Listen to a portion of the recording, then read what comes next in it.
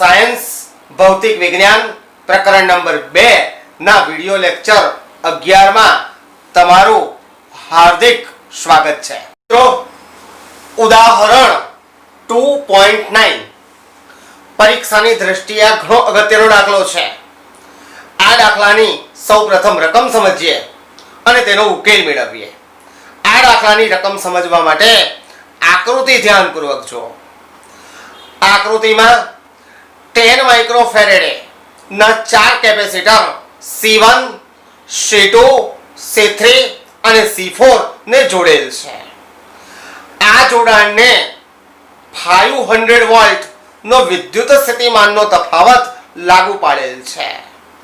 તો મિત્રો small a આ બધા જ કેપેસિટરો માટે સમતુલ્ય કેપેસિટન્સ શોધો અને સ્મોલ b દરેક કેપેસિટર પરનો વિદ્યુતભાર શોધો, એટલે કે Q1, Q2, Q3 અને Q4 ના મૂલ્યો શોધો। તો મિત્રો સૌપ્રથમ આકૃતિ ધ્યાનપૂર્વક જુઓ। આકૃતિમાં C1, C2 અને C3 આ ત્રણ કેપેસિટરોને શ્રેણીમાં જોડેલ છે। તેથી શ્રેણી જોડાણ માટે સમતુલ્ય capacitance 1/C is equal to 1/C1 plus 1/C2 plus 1/C3, જ્યાં C1 is equal to C2 is equal to C3 is equal to 10 microfarad। તેથી 1/C is equal to 1/10 plus 1/10 plus 1/10 is equal to 3/10। તેથી C is equal to 10/3 માઇક્રોફેરેડે કે જે C1, C2 અને C3 કેપેસિટરોના શ્રેણી જોડાણ માટે સમતુલ્ય કેપેસિટન્સનું સૂત્ર છે। મિત્રો આકૃતિ ધ્યાનપૂર્વક જો કે હવે C1, C2 અને C3 આ ત્રણ કેપેસિટરોના શ્રેણી જોડાણ સાથે C4 કેપેસિટર સમાંતર જોડાયેલ છે। તેથી સમગ્ર તંત્રનું સમતુલ્ય કેપેસિટન્સ શોધવા માટે C1, C2 અને C3 કેપેસિટરોનું સમતુલ્ય કેપેસિટન્સ C' અને C4 સમાંતરમાં જોડાયેલા હોવાથી સમગ્ર તંત્રનું સમતુલ્ય capacitance C is equal to C' plus C4।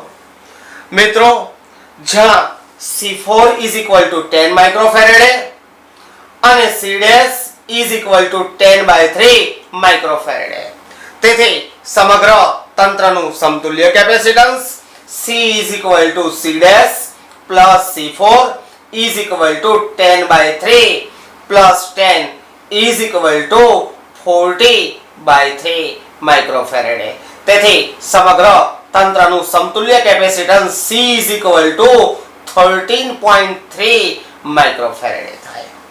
મિત્રો હવે દરેક કેપેસિટર પરનો વિદ્યુતભાર શોધવા માટે ફરી આકૃતિ ધ્યાનપૂર્વક જુઓ। મિત્રો આકૃતિમાં C1, C2, C3 ત્રણ શ્રેણીમાં જોડાયેલા છે કેપેસિટરો। આ શ્રેણી જોડાણમાં કેપેસિટર પરનો વિદ્યુતભાર સમાન થાય, પરંતુ આ ત્રણ કેપેસિટરોની સાથે જ C4 કેપેસિટર સમાંતર જોડાયેલું છે। તેથી 500 વોલ્ટ વિદ્યુત સ્થિતિમાન C1, C2, C3 ના જોડાણ માટે થાય અને C4 માટે પણ 500 વોલ્ટ જ થાય।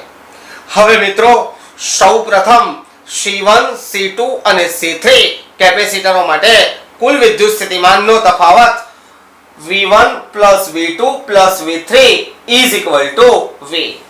મિત્રો ધાતુના ગોળાનું કેપેસિટન્સ નું સૂત્ર તમને ખબર જ છે કે જ્યાં C is equal to Q by V, તેથી V is equal to Q/C પરથી મિત્રો ખાસ ખ્યાલ રાખજો કે C1, C2, C3 કેપેસિટરો શ્રેણીમાં જોડાયેલા છે, તેથી વિદ્યુતભાર Q સમાન છે।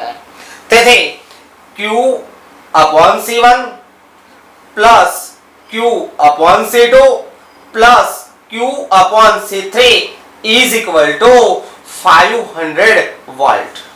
મિત્રો q કોમન કાઢીએ તો q કૌંસમાં 1/c1 + 1/c2 + 1/c3 કૌંસ પૂરો is equal to 500 વોલ્ટ. મિત્રો 1/c1 + 1/c2 + 1/c3 is equal to 1/c થાય.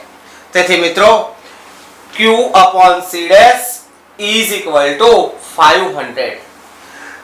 તેથી q is equal to 500 into c is equal to 500 into 10/3 microfarad. મિત્રો માઇક્રોફેરેડે 1 microfarad is equal to 10⁻⁻6 farad થાય. તેથી q is equal to 500 into 10/3 into 10⁻⁻6 coulomb આટલો વિદ્યુત ભાર મળે. જો આનું સાદુરૂપ આપો તો C1 C2 અને C3 આ દરેક કેપેસિટર પરનો વિદ્યુત ભાર એટલે કે Q1 is equal to Q2 is equal to Q3 is equal to Q is equal to 1.7 into 10⁻³ coulomb આ દરેક કેપેસિટર C1 C2 અને C3 પરનો વિદ્યુત ભાર જેટલો Q1 મળે તેટલો જ Q2 મળે અને એટલો જ Q3 મળે. હવે મિત્રો C4 કેપેસિટર પરનો વિદ્યુત ભાર શોધવા માટે પણ આપણે સૂત્ર C4 is equal to Q upon V સમાન થશે મિત્રો. જેટલો C1 C2 C3 માટે V છે એટલો C4 માટે V છે. તેથી Q is equal to C4 into V. C4 નું મૂલ્ય મિત્રો દરેકને ખબર જ છે એટલે Q is equal to 10 microfarad into 500 micro કાઢીએ એટલે 10⁻⁻6 આવે. જો મિત્રો આનું સાદુરૂપ આપો તો C4 કેપેસિટર પરનો વિદ્યુત ભાર Q is equal to 5 into 10⁻³ coulomb મળે. મિત્રો ઉદાહરણ 2.10 આ દાખલાની સૌપ્રથમ રકમ સમજીએ અને તેનો ઉકેલ મેળવીએ. મિત્રો ખાસ ખ્યાલ રાખજો આ દાખલો સ્વાધ્યાય 2.11 ને મળતો આવે છે. તેના ફક્ત મૂલ્ય જ બદલાયેલા છે. તેથી આ બીજી રીતથી તમને શીખવાડું છું એ રીતનો તમે સ્વાધ્યાય 2.11 માં ઉપયોગ કરી શકો. તો મિત્રો સૌપ્રથમ રકમ જોઈએ કે 900 પિકોફેરેડેના એક કેપેસિટર ને 100 વોલ્ટ ની બેટરી વડે વિદ્યુત ભારિત કરેલ છે. તો મિત્રો સ્મોલ a કે આ કેપેસિટરમાં કેટલી ઊર્જા પ્રારંભમાં સંગ્રહ પામશે. હવે સ્મોલ b મિત્રો હવે બેટરીનો સપ્લાય દૂર કરી તેના જેવું જ બીજું એટલે કે 900 પિકોફેરેડનું કેપેસિટર તેની સાથે જોડવામાં આવે, વિદ્યુત ભાર રહિત કેપેસિટર જોડવામાં આવે તો મિત્રો આ તંત્રમાં કેટલી ઊર્જા સંગ્રહ પામશે અને મિત્રો ઊર્જાનો તફાવત પણ મેળવો. હવે મિત્રો સૌપ્રથમ સ્મોલ a જોઈએ. સ્મોલ a માં capacitance C is equal to 900 picofarad is equal to 900 into 10⁻12 farad is equal to 9 into 10⁻10 farad. મિત્રો V is equal to 100 volt. હવે ધાતુના ગોળાના કેપેસિટન્સનું સૂત્ર તમને ખબર જ છે કે C is equal to Q by V. તેથી Q is equal to CV is equal to 9 into 10⁻10 into 100. તેથી કેપેસિટરમાં પ્રારંભમાં રહેલ વિદ્યુત ભાર Q is equal to 9 into 10⁻8 coulomb જેટલો થાય. હવે મિત્રો કેપેસિટરની બે પ્લેટો વચ્ચે સંગ્રહિત ઊર્જાનું સૂત્ર તમને ખબર જ છે કે U is equal to 1/2 VQ. તેથી U is equal to 1/2 V ને બદલે 100 વોલ્ટ અને Q ને બદલે 10⁻⁸ મૂકી શકાય. જો મિત્રો આનું તમે સાદુરૂપ આપો તો U is equal to 4.5 into 10⁻⁶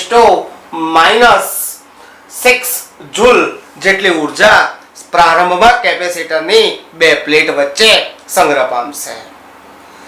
હવે મિત્રો સ્મોલ b જોઈએ કે હવે જો બેટરી દૂર કરવામાં આવે તેના જેવું જ બીજું વિદ્યુત ભાર રહિત એટલે કે 900 પિકોફેરેડ નું કેપેસિટર જોડવામાં આવે તો મિત્રો બંને કેપેસિટરની પ્લેટ પર એક સરખો વિદ્યુત ભાર વિતરિત થશે એટલે કે Q' is equal to Q/2 જેટલો વિદ્યુત ભાર બંને કેપેસિટરની પ્લેટ વચ્ચે વિતરિત થશે. મિત્રો બંને કેપેસિટરના કેપેસિટન્સ C સમાન છે તેથી બંને કેપેસિટરની બે પ્લેટો વચ્ચે એટલે કે દરેક કેપેસિટરની બે પ્લેટો વચ્ચે વિદ્યુત સ્થિતિમાનનો તફાવત V' is equal to V/2 જેટલો મળશે. મિત્રો આ બંને કેપેસિટરના તંત્રની કુલ ઉર્જા U is equal to 2 into 1/2 V'Q' જેટલી થાય. હવે મિત્રો 2 કેન્સલ તેથી U' is equal to V/2 Q/2. તેથી આ તંત્રની ઉર્જા U' is equal to 1/4 VQ is equal to 1/2 into 1/2 VQ. મિત્રો 1/2 VQ નું વેલ્યુ તમને ખબર જ છે તેથી આ તંત્રમાં સંગ્રહિત કુલ ઉર્જા U' is equal to 1/2 into 4.5 into 10⁻⁶ joule. તેથી મિત્રો તંત્રમાં સંગ્રહાયેલ કુલ ઉર્જા U' is equal to 2.25 into 10⁻⁶ joule જેટલી સંગ્રહ પામે. તેથી મિત્રો ઉર્જાનો તફાવત ΔU is equal to પ્રારંભમાં સંગ્રહાયેલ ઉર્જા ઓછા અંતમાં સંગ્રહાયેલ ઉર્જા U'. તેથી ΔU is equal to 4.5 into 10⁻⁶ minus 2.25 into 10⁻⁶. તેથી ઉર્જાનો તફાવત ΔU is equal to 2.25 into 10⁻⁶ joule. ભૌતિક વિજ્ઞાનનો આ વિડિયો તમને જો ગમ્યો હોય તો લાઈક, શેર અને સબસ્ક્રાઇબ કરવાનું ભૂલતા નહીં અને બીજો નવા ટોપિક પર કયો વિડિયો જોઈએ છે તે કોમેન્ટ કરવાનું ભૂલતા નહીં.